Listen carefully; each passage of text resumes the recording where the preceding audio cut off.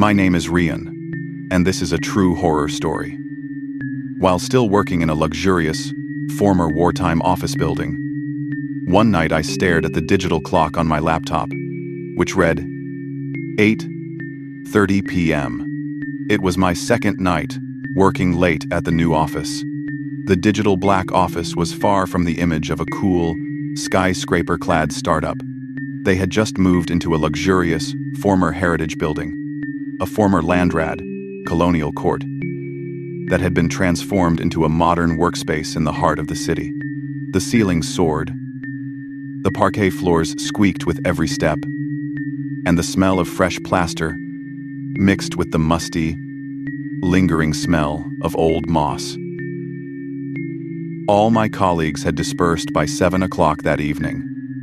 Only the junior on the social media campaign team and I remained. This rebranding project required monitoring traffic and creating last-minute ad designs. Tonight, the only sound we had was the quiet hum of the server fan from the utility room down the hall, and the silence of the office building, which felt like a tomb. Okay, one more campaign. I'll be back, Rian muttered, trying to break the suffocating silence. Rian tried to focus, but his sixth sense, which he had been suppressing, was screaming. He sensed something was wrong on the third floor where he worked. The first oddity he noticed was in the restroom area. The third floor has 2 restrooms, a modern one near the new pantry, and an old one, supposedly a former colonial-era temporary prison, hidden behind a partition of filing cabinets. Everyone avoided the old restroom as much as possible, but Rian was forced to use it, as the modern restroom was being cleaned. Washing his hands at the yellowed porcelain sink, Rian stared at his reflection in the dull mirror.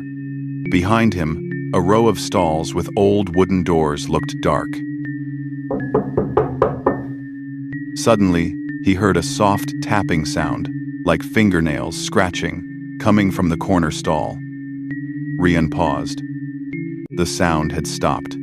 Wind, he thought, even though he knew the ventilation in the restroom was very poor. Just as he was about to step out, the door to the corner cubicle opened slightly. Barely a crack.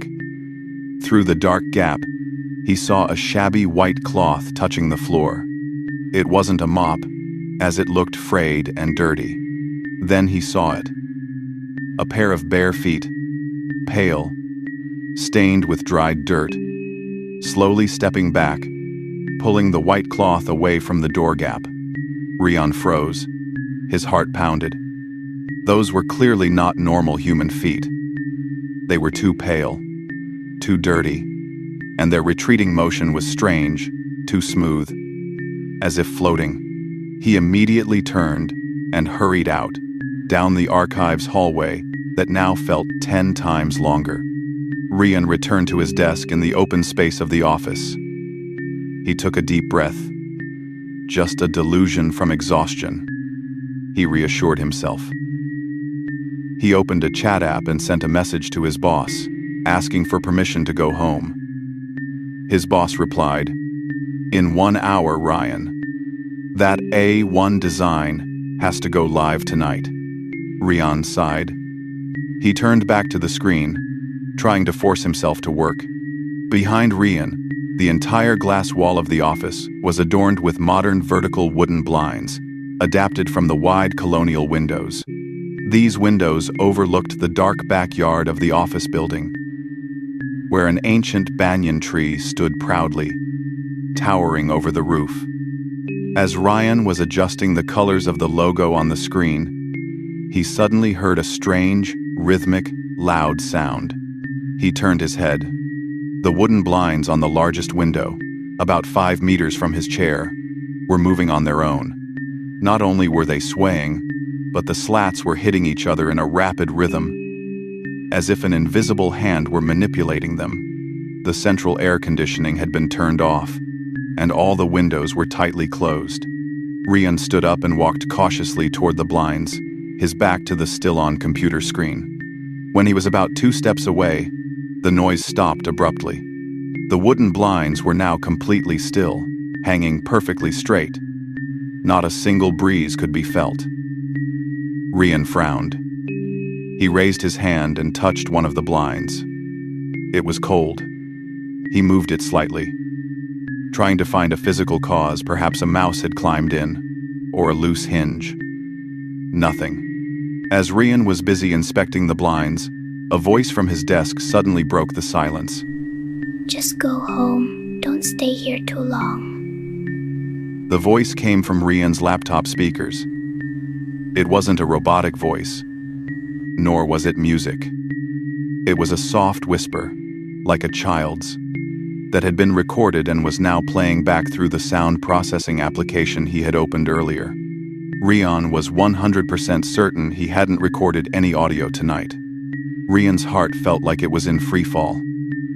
He immediately ran to his desk. His monitor was still displaying the design software. However, in the corner of the screen, he noticed a new folder open, titled Sleep. Inside, there was only one audio file, the one that had just whispered. Rian tried to close the folder, but the cursor froze.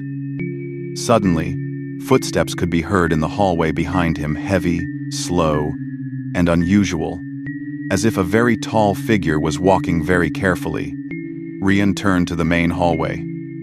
In front of the server room door, where the office's main servers were located, and also the quietest and darkest room, stood a tall, ghostly silhouette, nearly touching the 5-meter-high ceiling of the old building.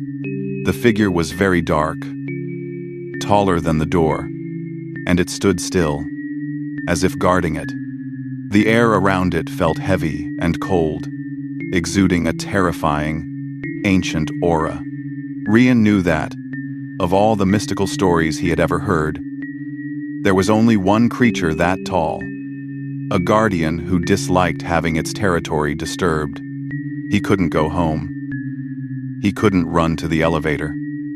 The hallway he needed to escape to was now guarded by a silent, large, and deadly ghost. He was trapped. Rian felt a cold sweat run down his back, not from the room temperature, but from a freezing fear. The tall figure guarding the server room door didn't move. It wasn't a shadow. It was a mass of darkness standing tall, radiating a pressure that made his chest tighten. He slowly backed away, his chair squeaking softly, breaking the silence. Damn it! Why did it have to come here? Rian cursed inwardly. He knew that if he ran toward the elevator, he would have to go down a long hallway. And that hallway was now controlled by the Dark Guardians. His best option was to find shelter. Near his desk was the small meeting room, a see-through glass room that could accommodate 4 people, typically used for impromptu video calls. It was strategically located right in the middle of the work area. Rian slowly skipped across the rows of tables, heading for the meeting room. As he reached the glass door, he stopped. Inside, 4 silhouettes of men sat around a round table, all dressed in impeccably sharp black suits. Their attire looked dated, with stiff suits and slicked-back hair. Who would be meeting this late? Rian wondered. He didn't recall any division working the night shift, let alone one this formal. He knocked gently on the glass door. "Excuse me, sir. I'd like to join you." Suddenly, one of the men sitting closest to the door, with a blank stare and waxy complexion, turned to Rian. His eyes were dark, as if reflecting no light at all. Rian immediately withdrew his hand. He saw the 4 figures clearly. They didn't speak, didn't move, just sat there silently, like wax statues in an eternal meeting. They were ghosts imitating human activity. Rian's breath caught. He realized that the small meeting room wasn't a shelter, but a showcase of horrors. He had to get out of the 3rd floor. The only way was the elevator at the end of the hall, guarded by the tall figure, or the emergency stairs. The emergency stairs were behind a wooden door marked Exit on the other side of the office, near the locker area. Rian decided to take a risk. He ran as fast as he could, but he zigzagged between the desks, blocking the view of the tall figure in front of the server room. He managed to reach the hallway, leading to the employee lockers.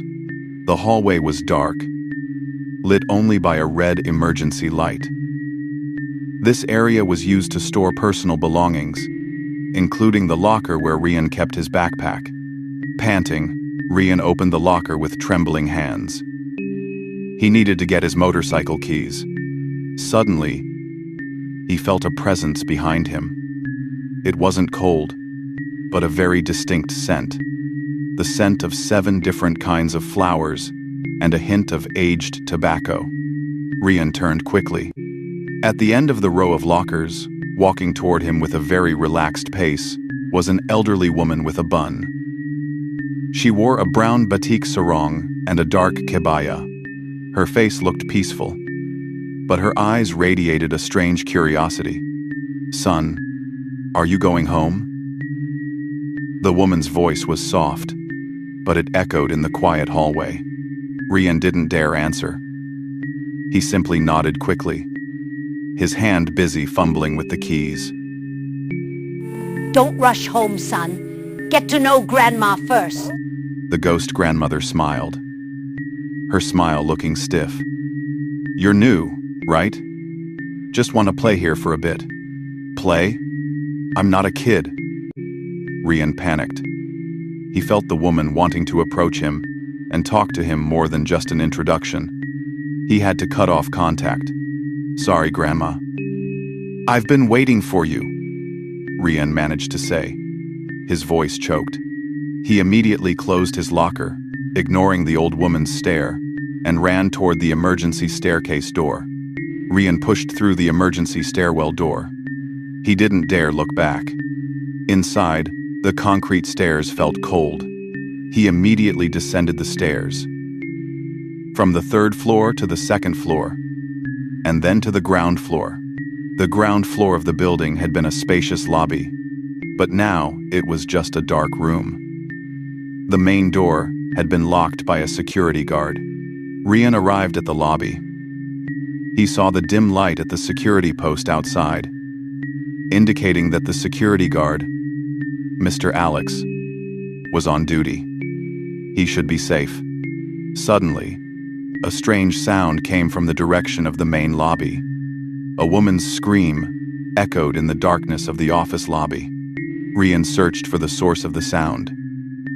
In the distance, from behind the lobby's thick pillars, a figure appeared. It was a woman, her feet bound with a tattered white cloth. Her head was bowed, and she was laughing. It was the most brutal sight of horror Rian had ever seen. Rian recoiled in shock, hiding behind the lobby reception desk. Rian knew he couldn't run outside because the door was locked, and he couldn't run up the stairs anymore because he was out of breath. He had to find somewhere that was securely locked. His eyes fell on the security control room, a small room located beside the stairs, which was usually locked from the inside. "I have to go there." Rian managed to reach the steel door of the security control room. He pounded on it with all his might, shouting, "Mr. Alex, open it, quick." Behind him, the laughter grew closer. Fortunately, the security guard on duty inside, Mr. Alex, reacted quickly. The door swung open, and Rian jumped inside. The steel door slammed shut again with a loud thud, and the lock was quickly turned from the inside. Rian collapsed on the floor, gasping for breath, trying to catch his breath. His heart was still beating erratically. Mr. Alex, a middle-aged man with a tense face, simply looked at Rian with pity. "I told you not to work overtime alone here, Rian." Outside, the laughter echoed against the steel door, muffled but still audible. They waited in silence for a few minutes, until the noise outside had completely died down. After confirming the situation was safe, Mr. Alex let Rian sit on a chair while giving him a drink of water. Rian then recounted everything that had happened. The tall figure in the server room, Grandma Jarek in the locker, and the ghost meeting in the glass room. Mr. Alex simply nodded, as if he was used to hearing it all. "This building," said Mr. Alex, his voice returning to normal, "was built on the site of an old well. It's not just a land rad. Back then, during the war, before it was used as a courthouse, it was a small hospital, specifically for seriously ill children. There are several sealed rooms on the 3rd floor." Rian remembered the message from his laptop, "Go home. Don't stay here too long," and the folder titled, "Sleep." "On the 3rd floor, sir. There's a room that's always dark, flanked by meeting rooms." "What is that room?" Rian asked. Mr. Alex fell silent, his eyes fixed on her. "That's the school health unit. Back then, it was an isolation ward. At the very end, there were no windows." "I think there's something there asking for help," Rian said. He remembered the whispers of a child on his laptop and the moving curtains. The spirit of a lonely child.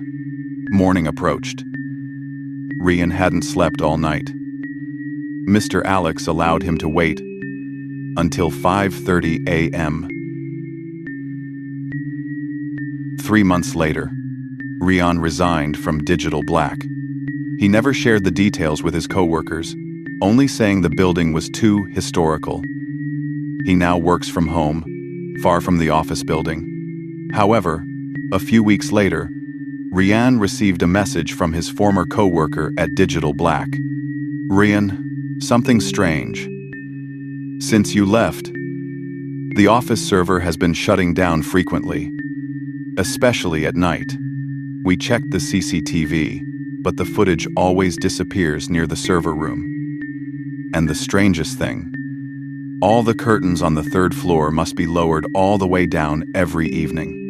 Otherwise, they'll move by themselves, as if someone is playing there." Rian smiled bitterly. But the eternal disturbance, created by the building's guardian and other ghosts, was apparently never-ending. The lease signed with Digital Black may have expired, but the eternal tenancy contract there would last forever.